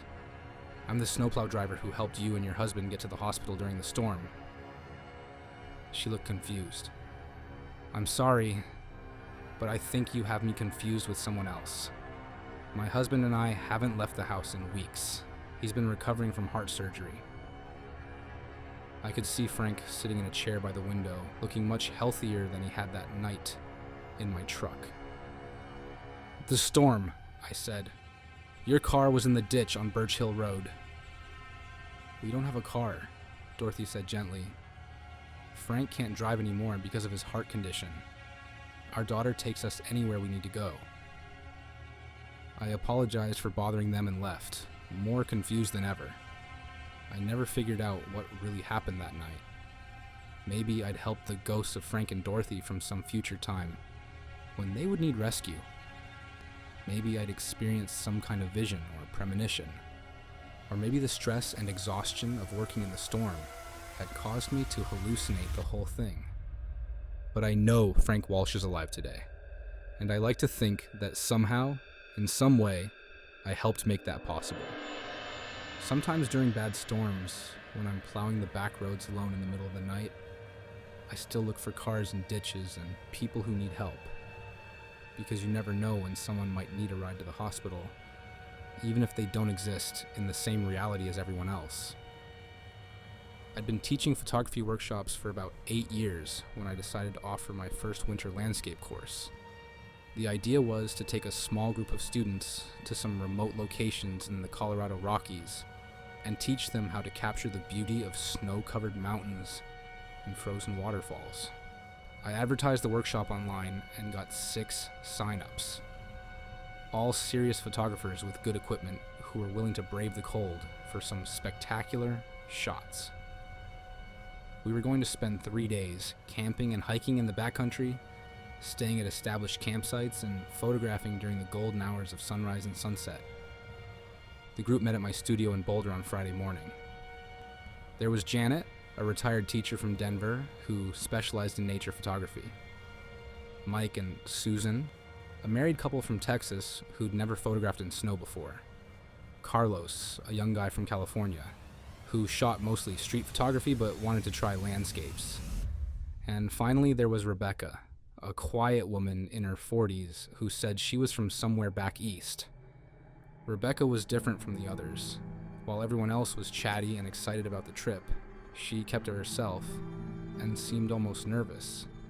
Her camera gear was top-notch, expensive lenses and a professional-grade body, but she handled it like she wasn't entirely comfortable with it. "Have you done much winter photography before?" I asked her as we loaded our gear into my van. "Some," she said quietly, "but not in mountains like these." We drove about 2 hours into the national forest, following increasingly narrow roads until we reached the trailhead. The plan was to hike about 3 miles to a backcountry campsite near a frozen lake that would give us amazing sunrise shots. The weather was perfect. Clear skies, fresh snow from the night before, and temperatures in the low 20s. Cold enough to keep the snow pristine, but not so cold that our camera batteries would die quickly. Everyone seemed excited as we strapped on our snowshoes and started up the trail. I was leading the group, setting a moderate pace and stopping frequently to point out potential photo opportunities. About an hour into the hike, I noticed Rebecca was falling behind. She was struggling with her snowshoes and seemed to be having trouble with the altitude. "You okay back there?" I called out. "I'm fine," she said, but she was breathing hard and looked pale. I slowed the pace and made sure to take more frequent breaks. The other students were understanding. We were all here to learn and enjoy the experience, not to set any speed records. When we reached the campsite, everyone started setting up their tents while I got the camp stove going to make hot drinks. The site was perfect. A small clearing beside the frozen lake with unobstructed views of the surrounding peaks. Rebecca set up her tent away from the others, closer to the tree line. When I brought her a cup of hot chocolate, I noticed she was shivering despite wearing heavy winter gear. "Are you sure you're okay?" I asked. "You seem cold." "I'm always cold," she said with a sad smile. "Have been for years." That evening, we did our first photo session during the golden hour before sunset. The light was incredible, warm orange and pink tones reflecting off the snow-covered peaks and the ice on the lake. Everyone was getting great shots, except Rebecca. She kept fumbling with her camera settings and seemed confused by basic functions that any serious photographer would know. "Rebecca, do you need help with your exposure settings?" I offered. "I used to know how to do this," she said, staring at her camera like it was a foreign object. "I just can't remember." I spent some time with her, going over the basics of winter photography. How to compensate for the bright snow. How to protect your equipment from condensation. How to keep your batteries warm. She listened intently, but seemed to struggle with concepts that should have been second nature. That night, we all gathered around the camp stove to review the day's photos on our camera screens. Everyone was excited about their shots, sharing techniques and critiquing each other's work. Rebecca didn't participate in the discussion. She sat slightly apart from the group, staring out at the frozen lake. "Rebecca, want to show us some of your photos?" Janet asked. "I didn't get any good ones," Rebecca said quietly.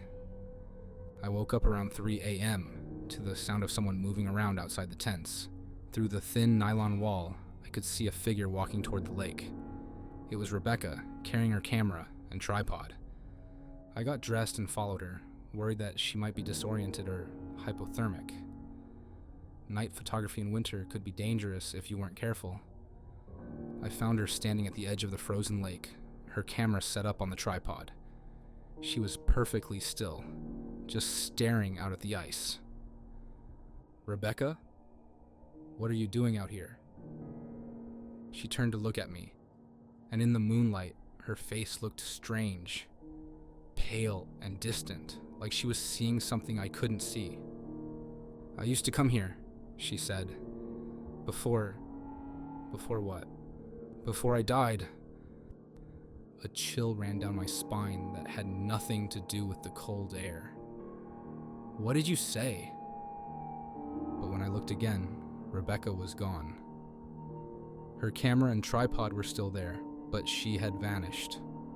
I called out her name and searched around the campsite with my flashlight, but there was no sign of her. Her tent was empty, her sleeping bag cold to the touch. I woke the other students and we spent the rest of the night searching for Rebecca. We found no footprints leading away from the camp, no sign of where she might have gone. At first light, I hiked back to the trailhead to get cell service and call for help. The park rangers organized a search and rescue operation, but after 2 days of searching, they found no trace of Rebecca. "It's like she just disappeared," the lead ranger told me. "We've searched every possible route she could have taken. There's no sign of her anywhere." The strangest part was when they asked me for Rebecca's contact information. I realized I didn't have any.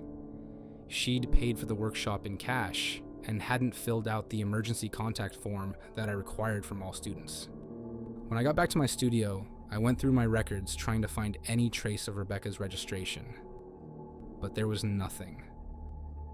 No email, no phone number, no address. It was like she never existed. The other students confirmed that they remembered her being part of the group, but none of them could recall any specific conversations they'd had with her, or any details about her background. A few weeks later, I was researching the area where we'd camped, looking for information about the lake for future workshops. That's when I found the newspaper article from 3 years earlier. Local photographer dies in winter accident. The article described how Rebecca Martinez, a 42-year-old nature photographer from Denver, had fallen through thin ice while photographing the frozen lake in the same area where we'd camped. Her body had been recovered 2 days later. The photo accompanying the article showed the same woman who'd been part of my workshop group. I drove back to the lake the following weekend, hiking in alone with my camera. When I reached the spot where Rebecca had set up her tripod that night, I found something that made my hands shake. There was a camera memory card lying on the snow, partially buried but still visible. I picked it up and took it home to see what was on it. The card contained dozens of photos of the lake and surrounding mountains, all taken with professional skill and an artistic eye that none of Rebecca's workshop photos had shown. The timestamps showed they'd been taken during our workshop weekend, but the quality was far beyond anything she'd been capable of during the day. The last photo on the card was a self-portrait of Rebecca, standing at the edge of the frozen lake. But in the background, barely visible in the darkness, were the silhouettes of our tents and the rest of our group sleeping peacefully. She'd been there that night, taking the photos she'd come back to take. Maybe she'd been trying to finish the work she'd started 3 years earlier, before the ice claimed her life. I still teach photography workshops, but I'm more careful now about who I accept into my groups. I ask for references and require detailed contact information from everyone. But sometimes, on clear winter nights, when I'm out photographing alone, I think I see a figure in the distance with a camera and tripod, and I wonder if Rebecca is still out there, still trying to capture the perfect shot of those snow-covered peaks reflected in the frozen lake. The photos from her memory card are some of the most beautiful winter landscapes I've ever seen. I keep them in a special folder on my computer, labeled Rebecca's Last Roll. Maybe some passions are strong enough to survive death. Maybe the need to create something beautiful can bring us back, even if it's just for one more chance to get the shot we've been dreaming of. I was working as a night security guard at a construction site in upstate New York when the worst blizzard in 20 years hit our area. The site was for a new shopping complex that was supposed to open the following spring, but work had been suspended for the winter months due to weather conditions.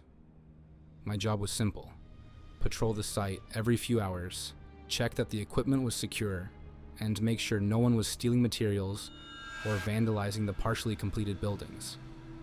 It was boring work, but it paid well and I could study for my engineering degree during the quiet hours. The blizzard started on a Wednesday evening and was supposed to last through Friday morning. By Thursday night, we'd already gotten over 3 feet of snow, with winds gusting up to 60 miles per hour. The site office where I was stationed was a small trailer with heat and electricity, but the howling wind made it feel like it might blow away at any moment. Around 11 p.m., I was doing my hourly patrol when I noticed something that shouldn't have been there. There were lights on in Building C, the largest structure on the site. It was supposed to be a department store when finished, but right now, it was just a concrete shell with no electricity or heat. I grabbed my flashlight and radio and trudged through the deep snow toward the building. The wind was so strong I could barely stay upright, and the snow was coming down so hard I could only see a few feet in front of me. When I reached Building C, I could definitely see light coming from inside. Not electric light. It looked more like the flickering glow of a fire or lanterns. I tried the main entrance, but it was locked just like it should be. I walked around the perimeter of the building, checking all the doors and windows. Everything was secure, but the light was definitely coming from inside. I could even hear what sounded like voices and machinery running. I radioed my supervisor at the security company. "This is Unit 12 at the Riverside construction site. I've got lights and activity in Building C. Possible break-in." "Copy that, Unit 12. Police response is going to be delayed due to weather conditions. Can you investigate and report back?" I found a window that was partially boarded up and managed to pry one of the boards loose enough to see inside. What I saw made no sense at all. The building was full of workers. Dozens of men in hard hats and work clothes were operating machinery, pouring concrete, and installing fixtures. The space was brightly lit by temporary work lights, and there was a constant buzz of activity. But this was impossible. The building had no power, no heat, and construction had been shut down for months. Plus, no one would be working in the middle of a blizzard at 11 p.m. I watched for several minutes, trying to understand what I was seeing. The workers looked real enough. I could see their breath in the cold air and hear them calling out instructions to each other. But something felt wrong about the whole scene. I tried to get a better look by moving to another window, but as soon as I stepped away from my vantage point, everything went dark and silent. When I looked back through the first window, the building was empty again. I radioed my supervisor again. "Unit 12. False alarm on Building C. No signs of break-in. Must have been shadows from my flashlight." But I knew what I'd seen. There had definitely been people working inside that building. I went back to the trailer and tried to focus on my studies, but I couldn't stop thinking about what I'd witnessed. Around 1 a.m., I I decided to do another patrol to see if the activity had resumed. This time I approached Building C more carefully, staying in the shadows and trying not to make any noise. The lights were on again, and I could hear the sound of construction work, hammering, drilling, the beep of machinery backing up. I found my previous vantage point and looked inside.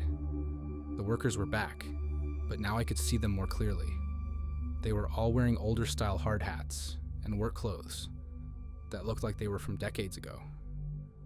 The machinery they were using also looked outdated, older models that I recognized from construction history books. One of the workers was standing near my window, close enough that I could see his face clearly. He was a middle-aged man with a thick mustache and weathered features. As I watched, he turned and looked directly at me. Our eyes met for a moment, and he smiled and waved like he was greeting an old friend. Then, he turned back to his work like nothing had happened. I stumbled backward from the window, my heart racing. The worker had definitely seen me, but he hadn't seemed surprised or concerned. It was like he'd been expecting me to be there. I spent the rest of the night in the trailer, checking the building periodically through the windows. The lights and activity continued until about 5 a.m. Then everything went dark and quiet again. The next morning the storm had passed, and the day shift supervisor came to check on the site. I told him about the strange activity in Building C, but he just laughed. "You've been reading too many ghost stories," he said. "This place gets weird at night, especially during storms. Your mind starts playing tricks on you." But when we walked over to Building C to check it out, we found something that made both of us stop in our tracks. The building was significantly more complete than it had been the day before. Sections of wall that had been unfinished were now complete. Electrical conduits that hadn't been installed were now in place. Areas of the floor that had been rough concrete were now smooth and finished. "When did the crew do all this work?" I asked. The supervisor looked confused. "They didn't. Construction has been shut down since November. No one's been authorized to work on this building." We walked through the entire structure, documenting all the new work that had been completed. It would have taken a full crew at least a week to accomplish what had apparently been done in one night. "Maybe corporate sent a crew without telling us," the supervisor suggested. "I'll make some calls." But when he contacted the construction company, they confirmed that no work had been authorized, and no crews had been dispatched to the site. Over the next few weeks, I researched the history of the land where the shopping complex was being built. I discovered that there had been a factory on the same site from 1952 to 1987. The factory had manufactured construction equipment and employed over 200 workers. The factory had closed when the company went bankrupt, and the building had been demolished in 1995. But I found newspaper articles about a tragic accident that had occurred there in 1978. A section of the factory roof had collapsed during a winter storm, trapping 12 workers inside. The rescue efforts had continued for 3 days, but all 12 men had died from their injuries or exposure to the cold. The newspaper included photos of the victims, and I recognized several faces, including the man with a mustache who had waved at me through the window. I kept working at the construction site for another month, and the mysterious nighttime construction continued. Every few nights, I would see the lights and hear the sounds of work being done in Building C, and every morning, we would find new sections of the building completed. The construction company was baffled but pleased. The building was ahead of schedule and under budget, even though they weren't paying for any of the work being done. I never saw the workers up close again, but sometimes I would find small items left behind. An old-style hard hat, a thermos with coffee still warm inside, work gloves that looked like they were from the 1970s. The shopping complex opened on schedule the following spring. Building C became a successful department store, and customers often commented on the quality of the construction and the warm, welcoming atmosphere. I moved on to other jobs, but I still drive by the site sometimes. The building looks normal during the day, but I've heard from other security guards who work in the area that lights can still be seen in the building late at night, especially during winter storms. Maybe the workers who died in that factory accident were just trying to finish the job they'd started. Maybe they wanted to build something lasting and beautiful on the site, where they'd lost their lives. Or maybe some people are so dedicated to their craft that not even death can stop them from showing up for work. I like to think that somewhere in the foundation of that department store, there's a piece of pride and craftsmanship that will last forever. The final gift of 12 men who never got to see their last project completed. I'd been driving delivery trucks for FedEx for about 7 years when I got assigned to the rural winter route that would change my life forever. It was December 2018, and they needed someone to cover the mountain communities in northern Vermont during the holiday season, when package volume was at its peak. The route covered about 150 miles of back roads, connecting small towns and isolated farms scattered throughout the Green Mountains. Most of the roads were narrow and winding, and during winter they could be treacherous, even with chains and four-wheel drive. My truck was one of the newer models with all-wheel drive and good heating, which was essential for this route. Some of the delivery stops were so remote that I might not see another vehicle for hours at a time. The route included about 40 regular stops, but during the holiday season, I was also delivering to addresses that only got packages a few times a year. Some of these places were so far off the beaten path that my GPS would lose signal and I'd have to navigate using paper maps and handwritten directions. It was during my 3rd week on the route when I first encountered the address that would haunt me for months afterward. The package was addressed to Margaret Winters, 1247 Hollowbrook Road, Millfield, Vermont, 05602. I'd never delivered to that address before, and when I plugged it into my GPS, it couldn't find the location. I checked with dispatch, and they confirmed the address was correct, but they didn't have any additional information about how to find it. Just follow Hollowbrook Road until you see the house number, my supervisor told me. These mountain addresses can be tricky, but they're usually marked. I found Hollowbrook Road easily enough. It was a narrow dirt road that branched off from Route 108 about 10 miles north of Millfield. The road was plowed, but barely wide enough for my truck, with dense forest on both sides. I drove for about 3 miles, checking mailboxes and looking for house numbers. Most of the properties were marked with small signs or numbers on trees, but I didn't see anything for 1247. The road kept climbing higher into the mountains, getting narrower and more isolated. I was starting to think I'd missed the address when I saw it. A small wooden sign nailed to a pine tree that said 1247 in faded black paint. A driveway led off to the right, disappearing into thick woods. It looked like it hadn't been plowed recently, but there were tire tracks in the snow that suggested someone had been using it. I turned onto the driveway and followed it for about a quarter mile through the trees. The path was steep and winding, and I had to use low gear to keep from sliding backward. The driveway opened into a small clearing with a modest 2-story house in the center. The house looked old but well maintained, with smoke coming from the chimney and warm light glowing in the windows. I parked near the front porch and grabbed the package, a small box from Amazon that felt like it might contain books or clothing. As I walked to the front door, I noticed how quiet it was. No sound of traffic or machinery, just the whisper of wind through the pine trees. I knocked on the door and waited. After a moment, I heard footsteps inside, and the door opened to reveal an elderly woman with silver hair and kind eyes. "Mrs. Winters?" I asked. "Yes, that's me," she said with a warm smile. "You must be the delivery man. I wasn't expecting anything today." I handed her the package and she signed for it on my electronic clipboard. Her signature was shaky, but legible. M. Winters in old-fashioned cursive. "Thank you so much for coming all the way up here," she said. "I know it's not easy to find this place." "No problem, ma'am. That's what we're here for." As I walked back to my truck, I noticed something odd. There were no other tire tracks in the snow around the house, except for mine. If Mrs. Winters lived here year-round, how did she get groceries or supplies? The nearest store was at least 15 miles away. I drove back down the mountain thinking about the isolated house and the elderly woman living there alone. It seemed like a hard way to live, especially in winter. 2 weeks later, I had another package for the same address. This time, it was a larger box from a medical supply company. I made the same drive up Hollowbrook Road and found the driveway without any trouble.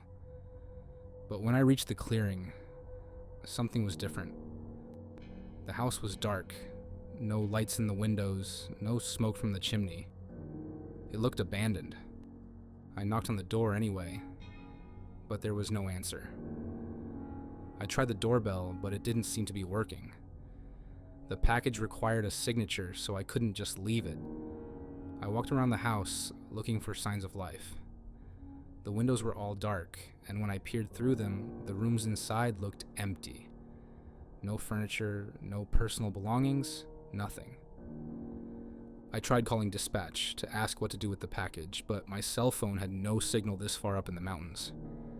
I decided to drive back to town and contact Mrs. Winters by phone to arrange another delivery attempt. But when I got back to the FedEx station and looked up her information, there was no phone number on file. "That's weird," my supervisor said. "We usually require a phone number for remote deliveries. Let me check with customer service." Customer service had no additional contact information for Margaret Winters. The packages were being sent by her daughter in California, but when they tried to contact the sender, the phone number was disconnected. "Just try again tomorrow," my supervisor told me. Maybe she was just out running errands. But the next day, the house was still dark and empty. I left a delivery notice and brought the package back to the station. That weekend, I decided to do some research on my own time. I drove back to Hollowbrook Road and talked to some of the neighbors who lived along the main route. "Margaret Winters?" said an old man who lived about 2 miles down the road. "Haven't heard that name in years. She used to live up in the hollow, but that was a long time ago." "How long ago?" "Oh, must be 15, 20 years now. Maybe more. Her house burned down one winter. Terrible tragedy." I felt a chill that had nothing to do with the cold air. "What happened to her?" "She died in the fire. Poor woman was all alone up there, and by the time anyone noticed the smoke, it was too late. They never rebuilt the house." I drove back up to 1247 Hollowbrook Road that afternoon, but this time I parked at the bottom of the driveway and walked up. When I reached the clearing, I saw what I should have noticed before. There was no house, just a concrete foundation overgrown with weeds and small trees. Scattered around the foundation were pieces of charred wood and twisted metal, the remains of a house that had burned down years ago. But I had definitely delivered a package to this address 2 weeks earlier. I had talked to Margaret Winters, gotten her signature, seen the warm lights in the windows. I went back to the FedEx station and pulled up the delivery records on the computer. According to the system, I had successfully delivered the first package to Margaret Winters at 1247 Hollowbrook Road. The electronic signature was there, along with the GPS coordinates and timestamp. But when I looked at the signature more closely, something was wrong. The electronic ink was faded and distorted, like it had been corrupted somehow, and the timestamp showed a date from 1987, over 30 years ago. I never told anyone at work about what I discovered. How could I explain that I delivered a package to a woman who had died decades ago in a house that no longer existed? But I kept the second package, the one I couldn't deliver because the house was empty. It's still sitting in my garage, addressed to Margaret Winters at an address that doesn't exist. Sometimes I wonder if Margaret is still waiting for her deliveries, still living in a house that exists only in some other time or dimension. Maybe she's lonely up there in the mountains, and the packages are her only connection to the outside world. I don't work that route anymore. I transferred to a city route where all the addresses are clearly marked and the houses are definitely real. But sometimes when I'm driving through rural areas during winter, I think I see smoke rising from clearings in the woods where no houses should be. And I wonder How many other delivery drivers have made stops at places that don't exist, delivering packages to people who are no longer alive but still waiting for their mail? The Postal Service motto says, "Neither snow nor rain nor heat nor gloom of night stays these couriers from the swift completion of their appointed rounds." But they never mention what happens when your appointed rounds include stops in the past.